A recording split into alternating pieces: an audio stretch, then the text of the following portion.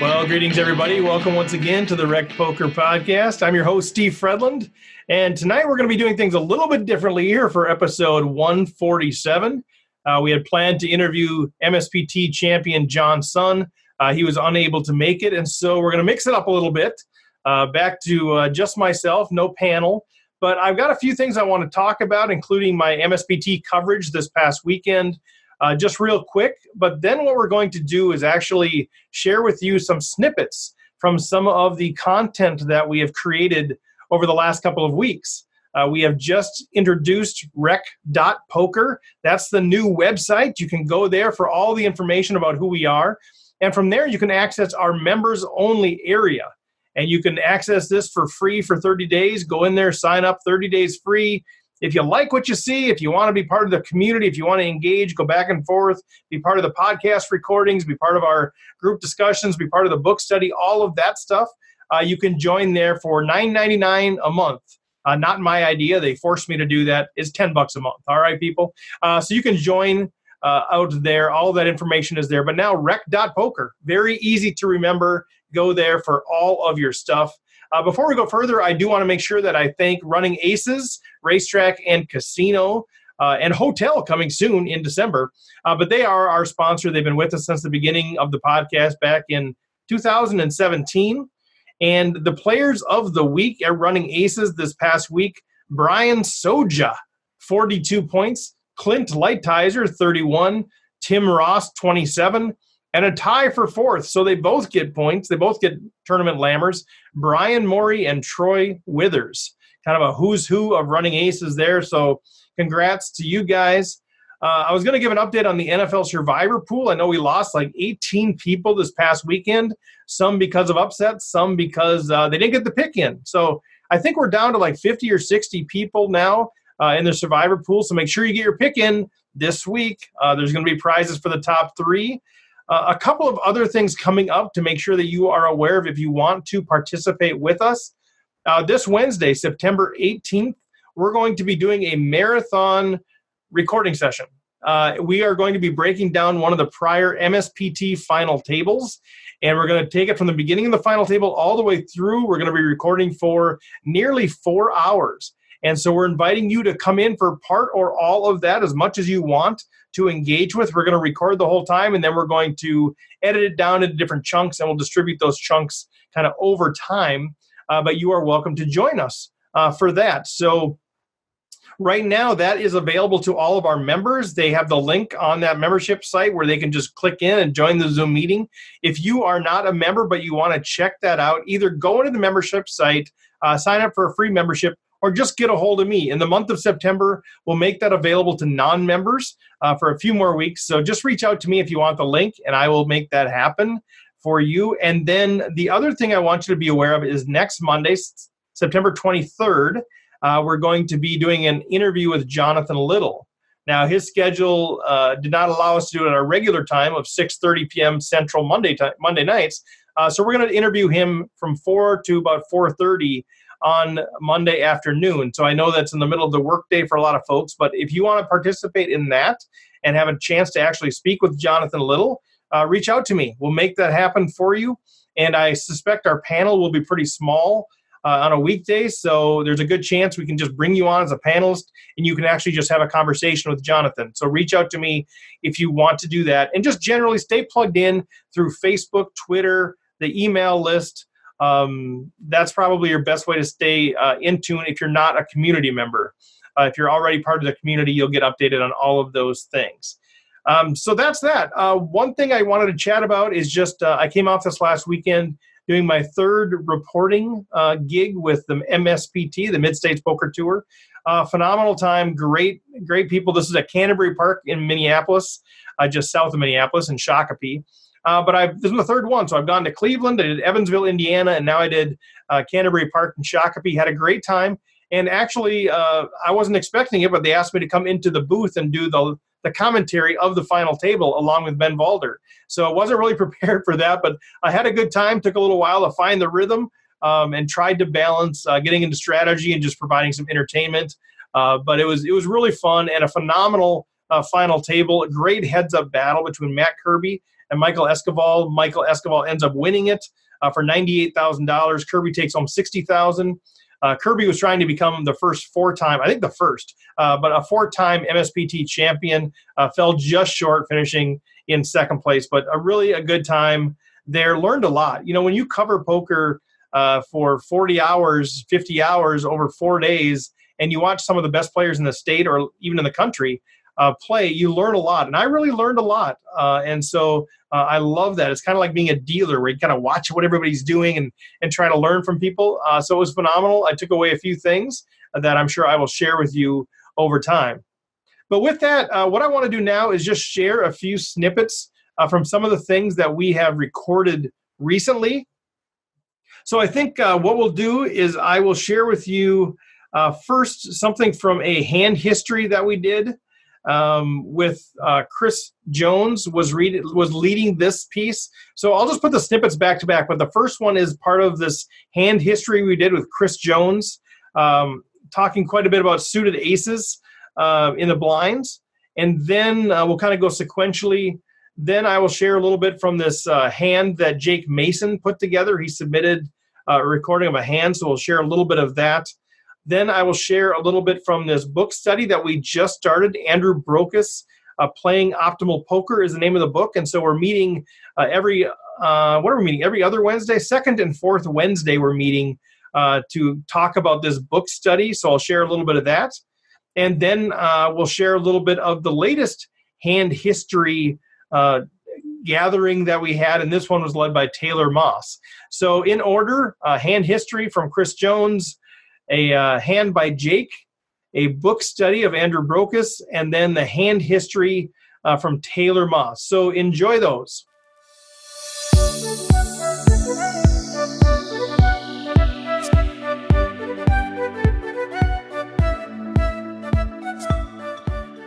Well, going back to what Carter said, so let's say, his range really should have been sixes or better to do his call pre-flop. Then I don't think it would make any sense for Mulder to shove with sixes, though. I mean, if he truly had sixes, I don't think that play makes any sense. So given that his range starts off as sixes or better, what range should he realistically be shoving here? And to my mind, you really only want to be shoving like jacks or better, because then you're giving some room to be called, if you're doing it for value, some room to be called by hands that are worse than that set of hands. So, you could get Filatov calling with like his ace five right now, or nines or tens or eights, because those are the types of hands that Filatov is representing at this point. So I think although Mulder has his range presents as sixes or better, I think a large portion of that range is not shoving on the river. Super good point. Super good point. So I'm going to put myself in like Filatov's shoes here. If I have sixes through queens, really, I'm playing the hand like he did. I'm betting, I'm check calling if it's not a jam, right? I'm check calling like a 1/3 to like 30 to 60% on the river I'll call with sixes through queens. So yeah, that's a really, really good point, that Mulder's value shove range is narrow, really, really narrow, because his value shove range is only, I can beat your pocket pair, Filatov. That's the only part of it that's value, and the rest is bluffs or a king.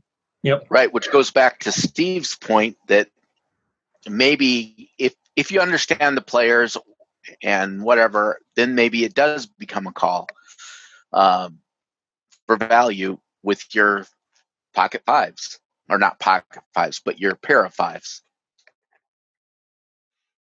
It would have been a pretty, if he calls that, I think this hand would be more famous. That would have been a pretty sick call. Yeah, absolutely it would. Well, but still, if you think, we just talked about it. I mean, what is he bluffing with, or what is he value betting with? I should say. his bluffs to value bets are so much. There's so many more bluffs to value bets when you go all in at this moment in time. Plus, he can't go all in for even a pot-sized bet because he has 123 that he goes in with. The pot was 178 at the time. So he's not even making it a pot-sized bet. He's just threatening Bilotov with his tournament life. And what value, to John's point, was so good. How many value hands do you have that you are going to put it all in to try to get value from? I mean, there's just not that many there.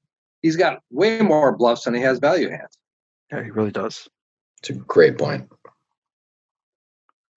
Another great point from David. Yeah, for sure. That one of the announcers, I feel like we should be speaking in British accents too. But yeah, I mean, that one of the announcers called it out. The fact the ace of clubs, that he has the ace of clubs, does take away some of those bluffs. If he's been, if his opponent's been in there because of a ace X flush draw, and now he turns it into a bluff, he no longer has an ace X flush draw. Mm-hmm. Yeah, they kind of pointed out that that's the reason they thought he folded. Yeah. Because it takes away so many of Mulder's bluffs. Yeah. Not realizing he can have queen nine of hearts. Right, exactly. His sixes and better range included the queen nine of hearts. Yeah, exactly. Really good point by David. Yep, for sure. That skews his range towards more value heavy. That's true. He looks down and says, okay, I can't call off ace-6. Like, he has ace-6. Or, like, Philotop doesn't beat much. He has ace-7 of clubs here. I can call off with my 5. But he looks down at the ace of clubs and says, okay, there's conservatively 15 to 20% that guy's bluff range deleted because I have it blocked. So that does, I think, make it more value heavy, even though I think, to John and Rob's point, it is still skewed towards bluffs.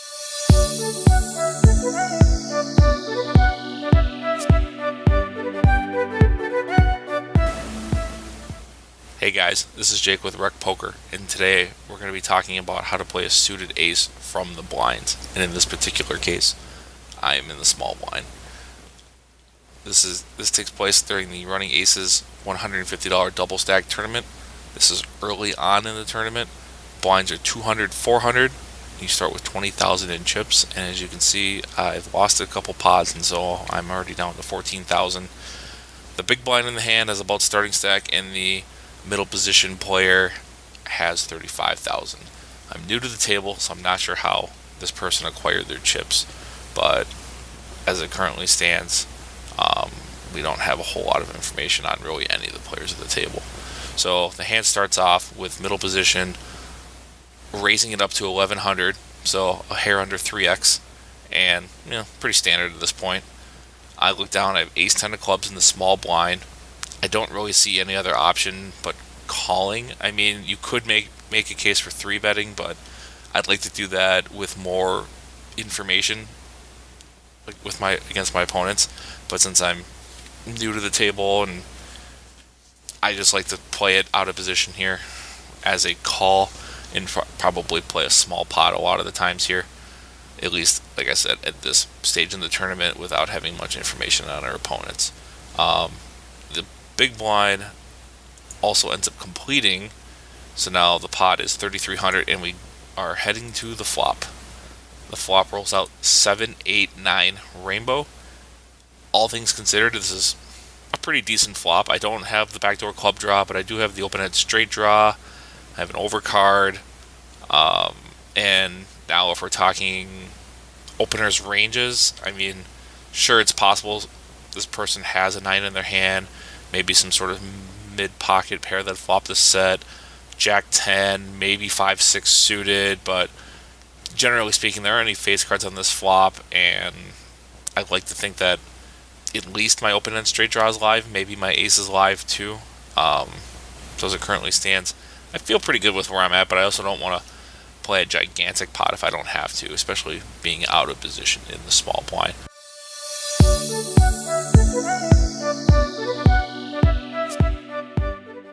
When a player has no preference between two or more of his strategic options, he is indifferent between them. So he's talking about equilibrium and the preference for strategic options and contrasting that with the game theory view. You guys remember that part? Yeah, I think that goes back to like you could use my rock, paper, scissors example.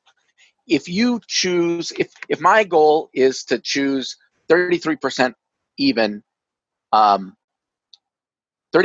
of the time I throw each one of them, then you're indifferent to what your strategy is. If you choose rock all of the time, it's the same expected value as if you choose paper every single time. Or it doesn't matter how you move those percentages, because I've got the equilibrium strategy on my side, which makes me indifferent to what you choose. Does that make sense? It makes perfect sense. No, that only happens if you don't choose to exploit the person who is using rock more than 33% of the time. So if you know that your opponent is going to be choosing rock, 50% of the time, then you need to exploit that. You need to change to paper 50% of the time. Now you're exploiting the rock thing, and you're getting a bigger expected value, and you're not in equilibrium anymore, right? Well, exactly. But let's say we've decided that we're gonna play rock, paper, scissors 1,000 times for $1 for each trial. And what I might decide to do there is I'll start for the first 100 trials of that. I'm going to do pure GTO until I figure out what it is, where you're deviating from GTO, so I can figure out how to exploit you. Right. And then once I do that, then I'll go ahead and switch my play to be an exploitive play, keeping in mind that I'd still want to track to see what you're doing, because if you change your strategy, now I need to change mine. I am no longer indifferent to what you choose. As Correct. soon as I decide to exploit you, I have to pay attention to what you're doing, because I have to change my strategy if you change yours. Absolutely. Well, because you could have a third player that watches you move your from 30% to 50%, and now he's going to exploit you based on what he's seen. So here's Mhm. the Yep. intellectual challenge that I face with here. So how in this conversation have we now not moved to an exploitative strategy? How are we still playing GTO in that case? We're not. We're not. We're using GTO as the basis to exploit our opponent. If we're playing strictly GTO, we would be strictly 33% on each opportunity, right? That means that you can't be exploited, but you're not exploiting the other player. The minute you see that the other player is doing a strategy that can be exploited, then you try to go ahead and exploit that for a more positive EV. Yeah, like in the rock, paper, scissors thing, if we're doing a third, like if John's saying, if we're doing all three of them completely randomized, our opponent's never going to win more than 33% against us in the long run, ever. Even if they're doing 50% rock. If we keep doing our random thing, we're both going to win 33% of the time. But if they're doing 50% rock and they're not adjusting, we start doing 50% paper. Now we're going to have a much higher ROI than they are. So, it doesn't matter what they do. They can do whatever they want. They can do 100% rock. They can do a third distribution, however they want to do it. If we're doing a third randomized, they will never beat us more than 33% of the time. So it's a very, you can't beat me sort of thing. But if we start noticing tendencies in their game, then we say, okay, I'm going to start sneaking in a little bit of paper here, a little bit extra paper. And if they don't pick up on this, I'm just going to start taking some margins. Then I'm going to do a little bit more. Like if they let me steal their blinds too often, I'm going to start doing it more. If they never push back, if they never adjust to doing less rock, I'm just going to keep exploiting them until, like Stacy says, now the small blind picks up on the fact that we're raising pretty often from the button more than we should be. The third guy comes in and starts saying, okay, he's doing too much rock. You're doing too much paper. I'm going to come in with 75% scissors, and I'm going to screw you both up. Whatever that is, that's kind of that's the game. And that's how Nash equilibrium actually starts, I guess, from the whole thing. Any of this sort of game theory sort of stuff, Nash equilibrium begins like, okay, this guy's only playing these hands, and so I'm going to adjust to this. Oh, now they adjust to that. They adjust to that. Eventually, that's how Nash equilibriums were even formed, is that over the long run, if everybody starts adjusting perfectly to everybody, there gets this stopping point where, okay, that is this, this mythical, hypothetical, perfect poker. Assuming everybody's playing perfect poker, you can't be beat. But that's when then we that's the grounding, that's kind of the infrastructure, and then that's where you come on board and say, okay, too much rock. I'm going to move away a little bit from exploitative, and then you move tables, and everybody's doing the third distribution. You go back into your GTO. Yeah, Brian had a great example in the chat where he talked about in the low buy-in tournaments we play, people don't bluff enough on the river. So our exploit of that is to fold more, which is absolutely perfect. Because if you think about it, maybe the equilibrium would be 60% value, 30% bluff. But what's happening is you're getting more like 80% value bets and 20% bluffs. So now to exploit that, you fold more than you do call because they're going to have value more often than they should. And that was something Brian put in a chat, which is a great example of what you just said, Steve.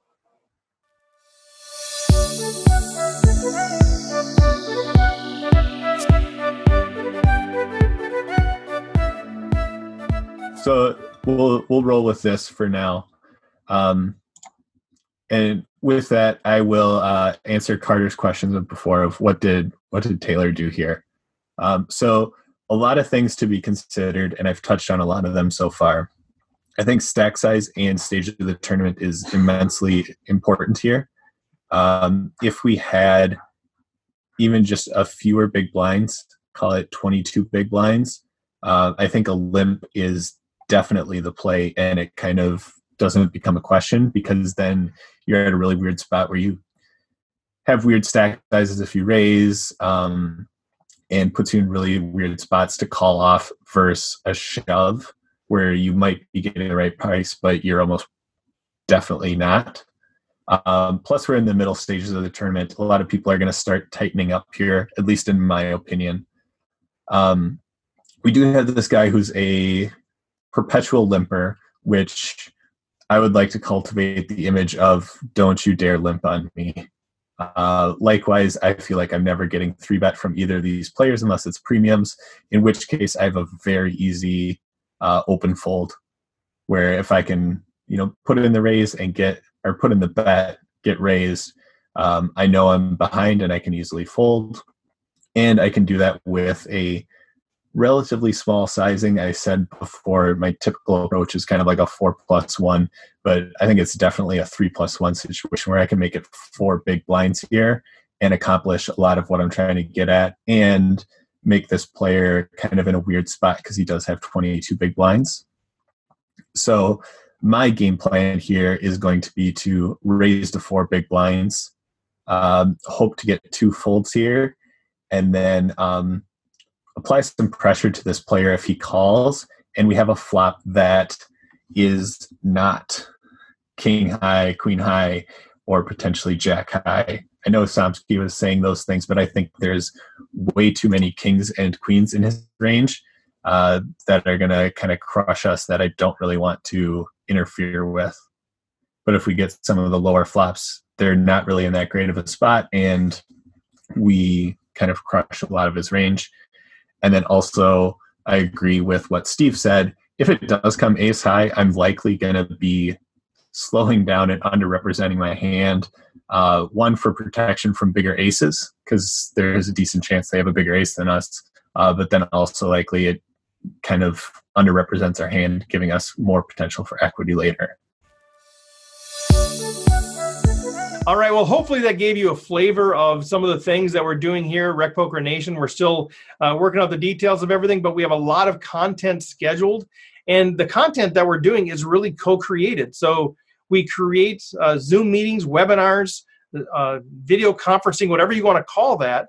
And if you are a member of RecPoker Nation, you can come onto those. You can interact with us. You can answer polls. You can do chat Q&A, all kinds of things.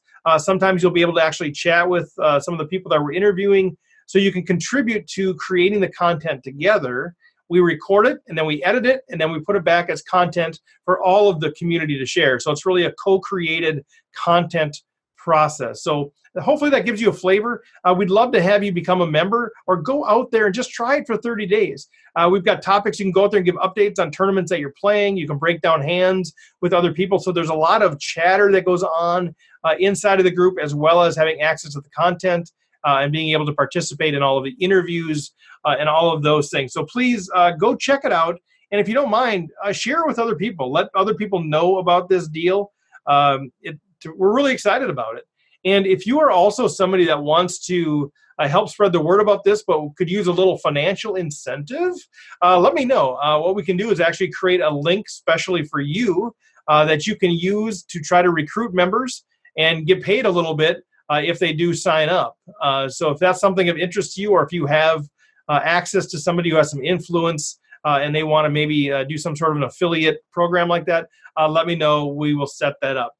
With that, just a reminder of a few things. We're recording our commentary of the MSPT final table this Wednesday, September 18th, starting at 6:30. Actually, starting at 6:45. 6:45, we're going to start. Jonathan Little, we're going to interview him next Monday, September 23rd at 4 o'clock, if you want to be part of that deal. The NFL Survivor Pool, if you're still in, don't forget to make your pick out there. And then just plug in Twitter, Facebook, the email, whatever that looks like for you. So with that, one final thank you to Running Aces Racetrack and Casino for your ongoing sponsorship. And I'll sign off. Until next week. Otherwise, if you have any questions, comments, concerns, whatever it is, reach out to me, Steve at RecPokerTraining.com, or through Twitter, Facebook, whatever. Reach out. Have a great week. Peace.